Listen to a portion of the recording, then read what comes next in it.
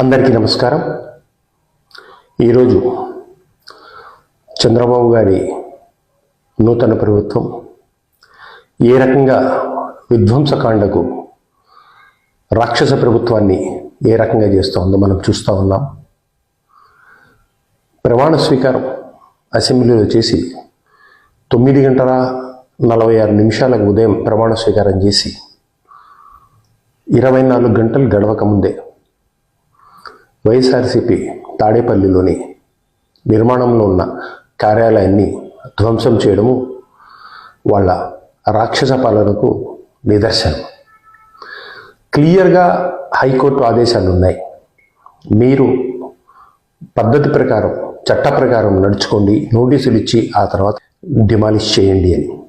దాన్ని కూడా బేఖాతరు చేస్తూ ఈరోజు శనివారం అని ఆదివారం అని కోర్టులు ఏ రకంగా రానివ్వకుండా ఒక దొంగతనంగా ఏ రకంగా చేస్తారో ఆ రకంగా ఉదయం 5:30 గంటలకు పోలీస్ పహారా మధ్యలో 2 గంటల లోపల అంత పెద్ద నిర్మాణాన్ని డిమాలిష్ చేయడము చంద్రబాబు నాయుడు యొక్క రాక్షస పాలనకు నిదర్శనం.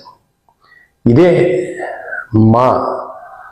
మాజీ ముఖ్యమంత్రి వర్యులు జగన్మోహన్ రెడ్డి గారు ప్రమాణ స్వీకారమైన వెంటనే కులం చూడం, మతం చూడం, పార్టీ చూడం, అందరికీ అన్ని రకాలుగా అన్నీ చేస్తామని చెప్పేసి ఒక్క చిన్న విధ్వంసాన్ని కూడా పాల్పడకుండా చేసిన వ్యక్తి మా జగన్మోహన్ రెడ్డి.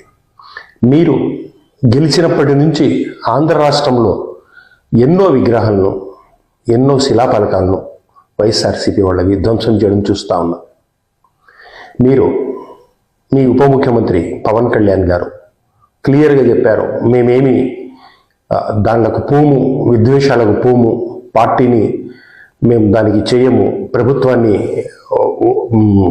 చక్కగా పరిపాలిస్తాం, అభివృద్ధి వైపు పరుగులు తీస్తామని చెప్పారు. ఇదే మీ అభివృద్ధి, ఇదే మేము పరుగులు తీయడం.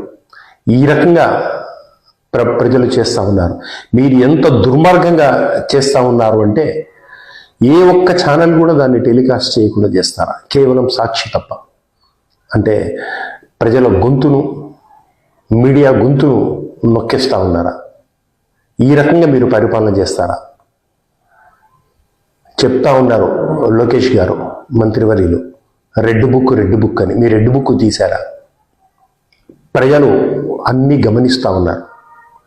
వైఎస్ఆర్సీపీ ప్రభుత్వం జగన్నకు 40% ప్రజలు మాతోనే ఉన్నారు, 40% ఓటర్లు మాతోనే ఉన్నారు.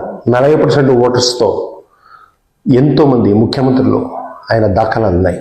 రేవంత్ రెడ్డి గారికి, తెలంగాణ ముఖ్యమంత్రి రేవంత్ రెడ్డి గారికి, కాంగ్రెస్కు 40% వచ్చాయి. ప్రజలు మాతోనే ఉన్నారు, అన్ని చూస్తూ ఉన్నారు. ఈ రాక్షసకాండ మీరు ఆపి ఆంధ్ర రాష్ట్రాన్ని అభివృద్ధి పదంలోకి తీసుకుపోవాలని చెప్పేసి కోరుతా ఉన్నాను. నేను ఈ విషయంలో చంద్రబాబు నాయుడు గారి ప్రభుత్వాన్ని తీవ్రంగా ఖండిస్తాను.